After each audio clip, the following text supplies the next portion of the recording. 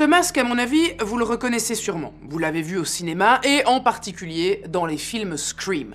Mais saviez-vous qu'il existait bien avant Hollywood et que derrière son visage blanc, figé dans un cri qu'on imagine, se cache en fait une sombre histoire qui n'a absolument rien d'une fiction. Celle d'un homme qui, à l'été 1990, a semé la terreur à Gainesville, en Floride. En l'espace de 4 jours, 5 étudiants sont assassinés. Les victimes ont été retrouvées chez elles, tuées à l'arme blanche, ligotées et toutes laissées dans des positions suggestives. Une série de meurtres qui, quelques années plus tard, servira de base à un scénario devenu culte, mais aussi à des faits divers plus modernes et bien plus inquiétants.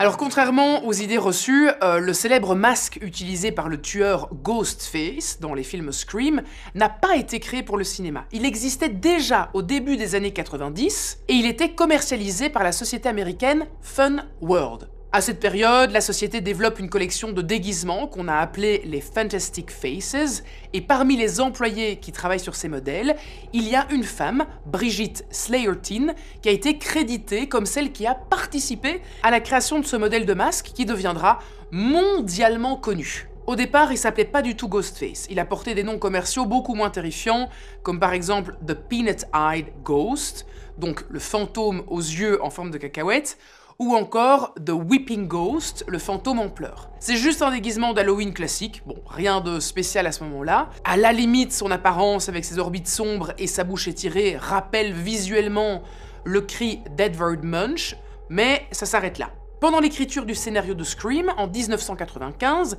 Kevin Williamson prévoit bien un tueur dissimulé sous un costume sombre, mais aucun modèle de masque précis n'est encore défini. C'est seulement lors des repérages, pendant la préparation du tournage, que la productrice Marianne Maddalena tombe sur ce masque déjà commercialisé. Elle le montre au célèbre Wes Craven, qui choisit de l'intégrer au film pour son apparence immédiatement identifiable.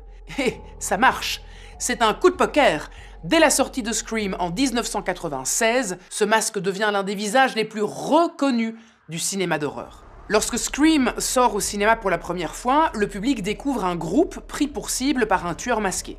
Pratiquement tous sont amateurs de films d'horreur, ils en connaissent les codes, ils savent par exemple que dans ce type d'histoire, certains comportements mènent presque toujours à la mort, et pourtant, ils se retrouvent confrontés à une série de meurtres qui correspondent parfaitement aux slashers de l'époque. Mais le film, il introduit aussi un élément fondamental, le Ghostface évidemment.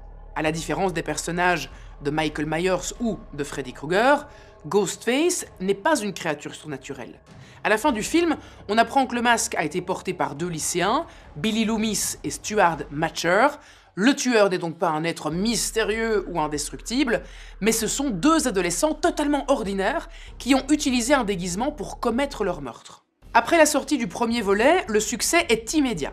Le film relance le slasher américain et impose définitivement le masque comme l'identité indissociable du personnage. Son efficacité tient à sa simplicité. Le visage est entièrement blanc, les orbites sont noires et profondes et la bouche est allongée, de sorte à former un cri figé. Les traits sont réduits à l'essentiel, ce qui le rend identifiable dès le premier regard. Et j'imagine que vous vous en doutez, mais les ventes de ce masque ont littéralement explosé. Mais l'histoire ne date pas de 1996. En tout cas, pas complètement.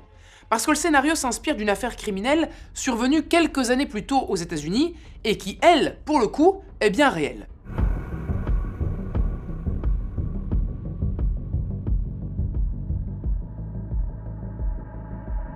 Nous sommes le 24 août 1990 à Gainesville en Floride, la rentrée universitaire approche, l'été touche à sa fin et la ville retrouve progressivement une dynamique autour du campus où on a des milliers d'étudiants qui s'y installent chaque année. Patricia Powell, 56 ans, et son mari Frank se garent devant un magnifique complexe d'appartements de 3 étages. Leur fille Christine, 17 ans, s'apprête à commencer sa première année universitaire. Elle était tellement excitée après avoir reçu sa lettre d'admission que son père, Frank, lui avait offert un joli collier en or avec un alligator qui était la mascotte de l'école. Christine ne l'enlève jamais. 2 jours plus tôt, Christine et sa nouvelle colocataire, Sonia Larson, 18 ans, avaient emménagé dans cet immeuble blanc. Mais depuis son installation, ses parents n'ont plus aucune nouvelle. Évidemment, morts d'inquiétude, ils ont décidé d'aller lui rendre visite, ils sont garés sur le parking de la résidence, ils sortent de la voiture, ils se dirigent vers le bâtiment, franchissent l'une des portes d'accès qui mène à une cage d'escalier recouverte de moquettes. Ils montent au 2e niveau, où se trouve l'appartement de leur fille, et ils s'approchent de l'entrée. Avant même de frapper ou de tourner la poignée, ils vont remarquer des notes manuscrites qui sont scotchées partout sur la porte. Ce sont des messages d'amis de Christine et Sonia qui sont apparemment passés pendant le week-end, mais qui n'ont, eux non plus, pas réussi à les joindre. Là, je peux vous le dire, les parents sont totalement pétrifiés. Ils vont frapper tous les deux à la porte, aucune réponse, ils réessaient mais à nouveau personne ne répond. Ils vont faire appel à l'agent de maintenance de l'immeuble qui, lui seul, possède un double des clés et ils vont contacter directement la police. À leur arrivée, un agent entre dans l'appartement. Au milieu du salon, on trouve un canapé et devant lui, le corps de Christine, entièrement nu et poignardé à mort. Son corps a été laissé dans une position particulièrement obscène. Mais je peux vous le dire, les agents ne sont pas au bout de leur macabre découverte, car un peu plus loin se trouve également le corps de Sonia, qui est la colocataire de Christine. Elle aussi, elle a été poignardée, elle est aussi nue, et elle aussi est dans une position suggestive. Les policiers n'ont que peu d'éléments. Avant de commencer leur enquête, ils avertissent les étudiants qui arrivent en masse pour la rentrée. On leur conseille de sortir en groupe et de rester vigilants. Le lendemain, pourtant, une jeune femme de 18 ans, Krista Hoyt, ne se présente pas au travail. Elle est étudiante et elle avait réussi à trouver un petit emploi à temps partiel au service des archives du bureau du shérif. Ce 25 août, elle était censée se présenter au travail, sauf qu'elle n'est jamais arrivée. Ses collègues ont attendu environ 1 heure avant d'appeler la police de Gainesville. 2 policiers se présentent donc à l'appartement de Krista Hoyt, situé à environ 3 km de la résidence de Christine Powell et Sonia Larson. Et quand ils arrivent, la porte est verrouillée, personne ne répond, mais ils remarquent que le rideau qui se trouve à l'intérieur de l'appartement et qui couvre la porte d'entrée n'atteint pas tout à fait le sol. Il y a tout juste quelques centimètres en bas. Les policiers se penchent pour regarder à travers ce petit espace, et là, malheureusement, ils trouvent le corps de Krista. Elle est assise au bord d'un lit, face à la porte, complètement nue et sans sa tête. Les enquêteurs ont une 3e victime qui présente des similitudes évidentes avec le double meurtre découvert la veille. À l'annonce de cette horrible découverte, un climat de peur évidemment s'installe chez les étudiants. En quelques heures, les magasins ont épuisé leur stock de verrous, de serrures, de bombes lacrymogènes, leurs pistolets paralysants et même des battes de baseball. Les forces de l'ordre intensifient les patrouilles autour du campus et ils déploient des centaines d'agents partout dans la ville. Les médias nationaux s'emparent de l'affaire, la ville, jusque-là paisible, se retrouve sous les projecteurs et très rapidement, la presse attribue un surnom à l'auteur présumé de ces meurtres, The Gainesville Ripper, autrement dit, l'éventreur de Gainesville. Lisa Byers est terrifiée. Elle vit pas à Gainesville, mais l'une de ses amies, oui. C'est Tracy Pauls, alors âgée de 23 ans. Tracy avait arrêté l'université pendant quelques années et elle avait décidé de s'y réinscrire en 1990. Comme les autres étudiantes, elle est très inquiète à l'idée de savoir qu'un prédateur rôde dans le coin, mais elle se rassure, elle vit en colocation avec un homme qui s'appelle Manuel Taboada, lui aussi, âgé de 23 ans. C'est un ancien joueur de football, il est grand, il est fort, tous les deux sont très proches, donc elle se sent assez bien rassurée. Mais quand Lisa a entendu cette histoire, elle s'est tout de suite inquiétée pour son amie Tracy. Au téléphone, elle lui demande de bien vouloir l'appeler après son retour de cours, juste au moins pour lui faire savoir que tout va bien. Tracy lui promet, mais ce soir-là, elle n'a pas appelé son amie comme prévu. Quand Lisa a essayé d'appeler Tracy, personne n'a décroché. Alors accrochée à son téléphone dans l'espoir d'avoir enfin Tracy, elle finit par tomber de fatigue. Dès qu'elle ouvre les yeux le lendemain matin, elle rappelle de nouveau, mais encore une fois, personne ne répond. La police est contactée, et à nouveau, les agents retrouvent Tracy dans sa chambre. C'est le même scénario, elle est nue, dans une position très suggestive. Elle aussi a été poignardée à mort, et plus loin dans le couloir, on trouve le corps de Manuel. Il est allongé dans son lit, il a été tué exactement de la même manière. Mais lui, par contre, il est habillé, et la position de son corps est celle dans laquelle il est mort. À la différence des autres victimes, son cadavre n'a pas été mis en scène, probablement parce qu'il s'agit d'un homme. Et si vous n'avez pas envie que je mette vos corps en scène dans des positions plus que compromettantes, je vous invite vivement à vous abonner à cette chaîne. Nous avons entamé le sprint, le dernier, vers le 1 million d'abonnés. Vous n'avez pas envie de me priver de cette victoire, n'est-ce pas ? Après la découverte de ces 5 victimes, la police commence à surveiller un suspect qui s'appelle Edward Humphrey. Il a 19 ans, il habite dans le même complexe d'appartements que certaines des victimes. Il présente des troubles psychiatriques connus et après les meurtres, eh bien, ses voisins ont remarqué un comportement très étrange chez lui. Mais surtout, ils ont remarqué des griffures sur son visage et sur son corps. Mieux encore, il correspond en tout point à un portrait robot réalisé à partir de témoignages et il a déjà été arrêté pour avoir frappé sa grand-mère. La nuit, il est connu pour se promener dans les forêts de Gainesville, tout près des différents immeubles d'appartements où les victimes ont justement été retrouvées. Et comme par hasard, après son arrestation, les agressions ont subitement cessé. Pour la police et pour les habitants, ça ne fait aucun doute, Ed est le coupable. Mais on a un petit problème. Son groupe sanguin a été prélevé pour être comparé, et il s'avère qu'Ed a le groupe sanguin A. Or, le groupe sanguin du ou des tueurs retrouvés sur les autres scènes de crime correspond au groupe B. Retour à la case départ pour les enquêteurs qui doivent tout reprendre de zéro. En désespoir de cause et face au stress des habitants, le FBI décide de chercher dans le VCAP, le programme d'appréhension des crimes violents. C'est un logiciel qui permet en fait aux enquêteurs de saisir les détails du crime sur lesquels ils enquêtent et de les comparer aux différents crimes commis dans le pays. Et comme ils ont entré les informations, il n'y a qu'une seule correspondance. Un triple homicide non résolu datant de 1989 est commis à Shreveport, en Louisiane. Cette année-là, Sean Grissom, 8 ans, est déposé par sa mère chez son grand-père Tom et sa tante Julie pour fêter son anniversaire à Shreveport. Avant de partir, Tom confirme à la mère de Sean qu'il le ramènera le lundi suivant, mais le jour venu, la mère de famille n'a aucune nouvelle. Terrifiée, elle appelle la police. Quand les agents arrivent à la maison, ils trouvent les 2 voitures dans l'allée, mais aussi 2 journaux, l'un daté du dimanche et l'autre du lundi. À l'intérieur de la maison, la lumière est encore allumée, mais personne ne répond. Ils finissent par faire le tour pour entrer dans la maison par le garage. Une fois la porte passée, ils vont découvrir l'horreur.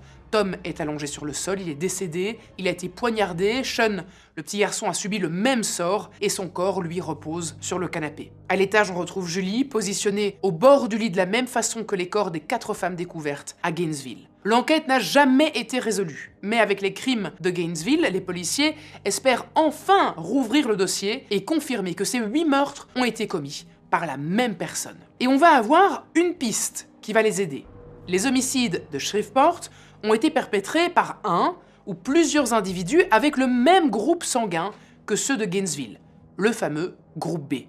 Grâce à la médiatisation de cette affaire, une habitante de la ville de Shreveport, qui a vu passer l'information à la télévision, contacte à ce moment-là la police. Elle leur suggère de s'intéresser à un vagabond du coin. Après les meurtres de 1989, cet homme aurait apparemment confié à son mari qu'il avait un problème. Un gros problème, puisqu'il lui a dit qu'il aimait poignarder des gens. Il est connu d'ailleurs pour se promener avec un énorme couteau accroché à la taille. Cet homme, les amis, eh bien il s'agit de Daniel Harold Rowling. Sa mère Claudia a épousé son père James alors qu'elle n'avait que 19 ans. James est policier dans la région, ce qui ne l'empêche pas de frapper sa femme régulièrement. 2 semaines après leur mariage, Claudia apprend qu'elle est enceinte. Une annonce qui rend son mari fou de rage, et pendant toute la grossesse, il ne va cesser d'être violent.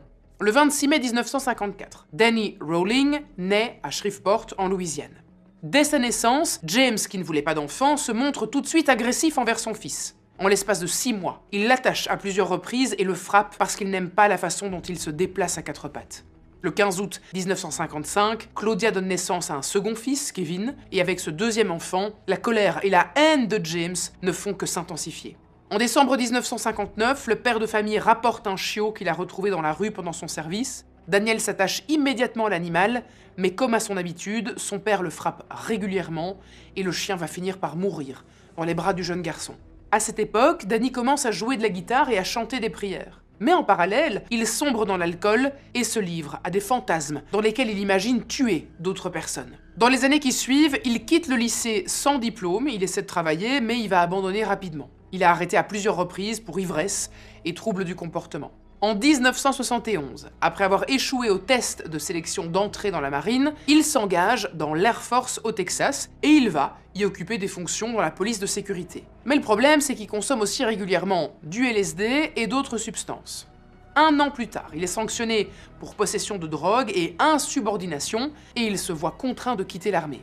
À part vivre chez son grand-père et fréquenter une église pentecôtiste, il se fait baptiser et il participe activement aux activités religieuses. À cette occasion, d'ailleurs, il va rencontrer Omata Ann Alco, qu'il voit comme une rencontre voulue par Dieu. Ils se marient en 1974, alors qu'elle était déjà enceinte. Quand leur petite fille Kylie naît, Daniel se sent soudainement incapable de gérer le poids d'une telle responsabilité. Pour fuir son quotidien, il se réfugie à nouveau dans l'alcool et dans la drogue, une addiction qui va rapidement peser sur son couple. Il va menacer son épouse, disparaître pendant plusieurs jours sans donner de nouvelles, et il va se faire surprendre en train d'observer l'intérieur des maisons voisines. Face à cette dérive, Omata finit par prévenir les parents de Daniel.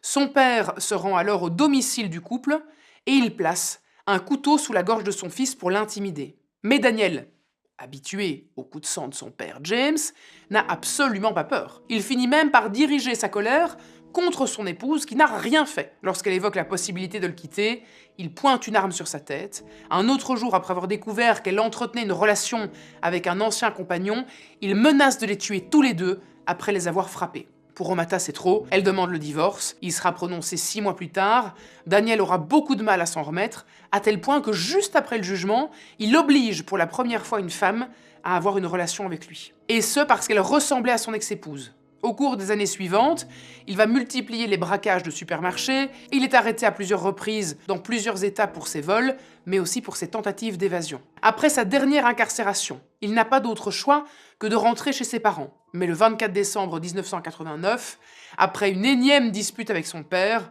Danny quitte le domicile familial et il va tout simplement errer dans les rues. Il finit par s'introduire dans une maison abandonnée qu'il avait déjà repérée. À l'intérieur, il regarde la télévision, il écoute la radio, il boit de l'alcool qu'il trouve sur place d'ailleurs, avant de repartir avec une trentaine de dollars, une bouteille de whisky et un revolver de calibre 38. Quelques mois plus tard, une nouvelle altercation éclate avec son père. Cette fois, Danny lui tire une balle dans l'abdomen, puis une seconde dans le front. Malgré ça, son père survit. Mais Daniel a franchi une limite. Depuis juillet, il passe des appels en PCV vers Shreveport à sa famille et raconte se cacher dans les bois pour échapper à la police. C'est à cette période qu'il consomme de la cocaïne pour la première fois. Fin juillet, il prend un bus pour Sarasota, en Floride. Il commence à utiliser l'identité d'un certain Michael Kennedy Jr., un homme décédé 10 ans plus tôt, et quelques semaines plus tard, il va s'enregistrer dans un hôtel sous ce faux nom avant d'installer un campement dans une zone boisée à proximité des quartiers étudiants qu'il ciblera ensuite. Le 24 août 1990, il s'introduit dans le logement de Sonia Larson et Christina Powell. Il est armé d'un pistolet automatique et d'un couteau. Il bâillonne Sonia puis la tue à coups de couteau. Il maîtrise ensuite Christina, lui attache les mains, l'oblige à avoir une relation avec lui, puis il la poignarde à plusieurs reprises. Le lendemain, il tue Krista Hoyt, 18 ans. Son corps est retrouvé posé au bord du lit, décapité. 2 jours après, il s'introduit dans l'appartement de Tracy Pauls et de Manuel Taboada. Il les tue, eux aussi. Mais alors que la police s'intéresse à Edward Humphrey, leur principal suspect, Daniel a le temps de s'adonner à d'autres activités, notamment le braquage d'un supermarché juste avant de fuir. Recherché pour ce crime, la police se lance à sa poursuite et fouille la zone dans laquelle il a installé son campement. Là-bas, les agents découvrent des chaussures dont les semelles correspondent à des empreintes relevées sur les scènes de crime, des objets volés chez les 5 victimes et des documents leur appartenant. Ensuite, il va commettre d'autres cambriolages, il va changer de nouveau d'identité pour s'appeler désormais Jesse Lang. Début septembre, il vole une voiture, il se rend à Ocala et il va tenter de braquer un supermarché, Winn-Dixie. Cette fois, l'alerte est donnée pendant le braquage et la police arrive au moment où il quitte le parking. Une course-poursuite s'engage entre le fugitif jusqu'à ce que Daniel perde le contrôle de son véhicule. Après l'accident, il essaie de s'enfuir à pied, mais il est finalement interpellé dans un bâtiment voisin. À ce stade, il faut savoir que personne ne fait encore le lien avec les meurtres de Gainesville. À l'automne suivant, il est jugé pour 3 cambriolages et condamné à 3 peines de réclusion à vie, assorties de 170 années supplémentaires. L'année suivante, il écope d'une nouvelle peine à perpétuité pour le braquage de la First Union Bank, mais en détention, son profil ADN est analysé. Et il correspond à celui qui est retrouvé sur les scènes de crime de Gainesville. C'est donc en avril 1994 qu'il plaide coupable pour les 5 meurtres de Gainesville, avant d'avouer les 3 autres, ceux de Shreveport.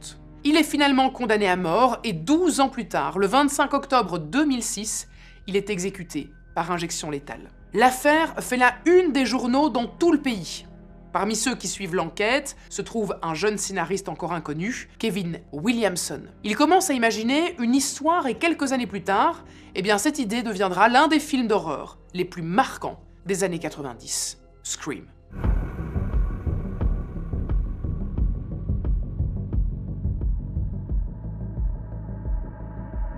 Alors ça va vous faire rire, mais au départ, le script s'appelait Scary Movie. Vous connaissez ce titre, puisqu'il a été repris en 2000 dans la comédie qui parodie justement le film, mais le projet sera finalement produit sous le nom de Scream. C'est une anecdote assez cocasse. Si le scénario ne raconte pas l'histoire de Daniel, on y retrouve en fait des similitudes qui sont assez évidentes. L'intrigue se déroule dans une petite ville dans laquelle se trouve un campus universitaire, les victimes sont de jeunes étudiants, les attaques ont lieu à l'intérieur même des habitations, de nuit, et l'arme utilisée est un couteau. Mais Daniel n'est pas la seule inspiration du film. Dès le départ, Kevin Williamson veut écrire un film d'horreur qui reprend les codes des slashers des années 70 et 80. Mais il cherche pas à les imiter. Il veut les utiliser, les montrer et parfois même les détourner. Quand le réalisateur Wes Craven accepte de participer, le projet prend une toute autre direction. Le film qui a posé les bases du genre reste Halloween de John Carpenter, avec ce tueur masqué qui cible des adolescents dans une petite communauté résidentielle. Dans Scream, d'ailleurs, Michael Myers est cité explicitement et on entend même rapidement la bande originale. L'autre influence importante, c'est Vendredi 13. On est sur un pattern assez similaire, avec un groupe de jeunes dans un cadre apparemment ordinaire et des meurtres progressifs. Dans la toute première scène du film Scream 1, le tueur appelle Casey au téléphone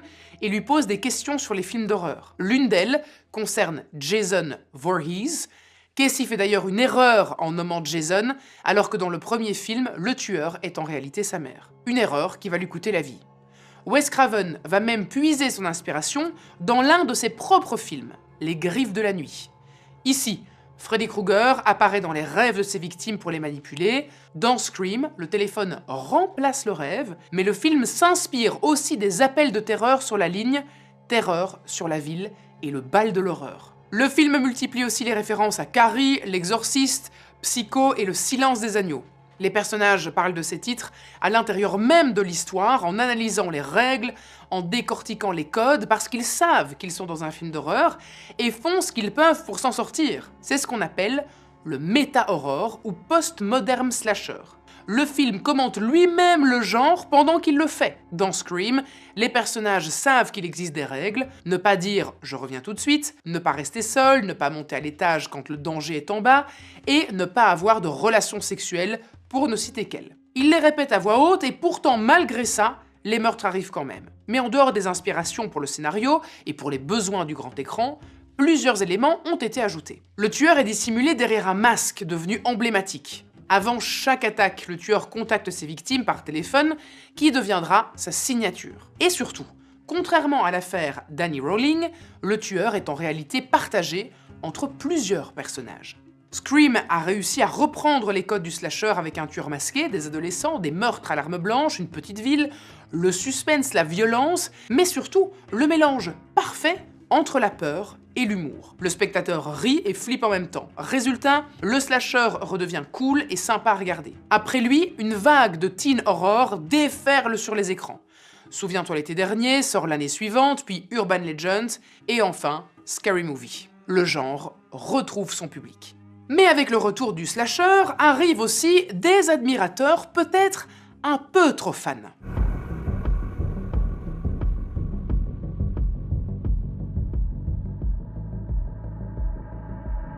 Janvier 1998, en Géorgie, une adolescente de 16 ans, Gina Castillo, est retrouvée morte à son domicile. Elle a été poignardée à plusieurs reprises.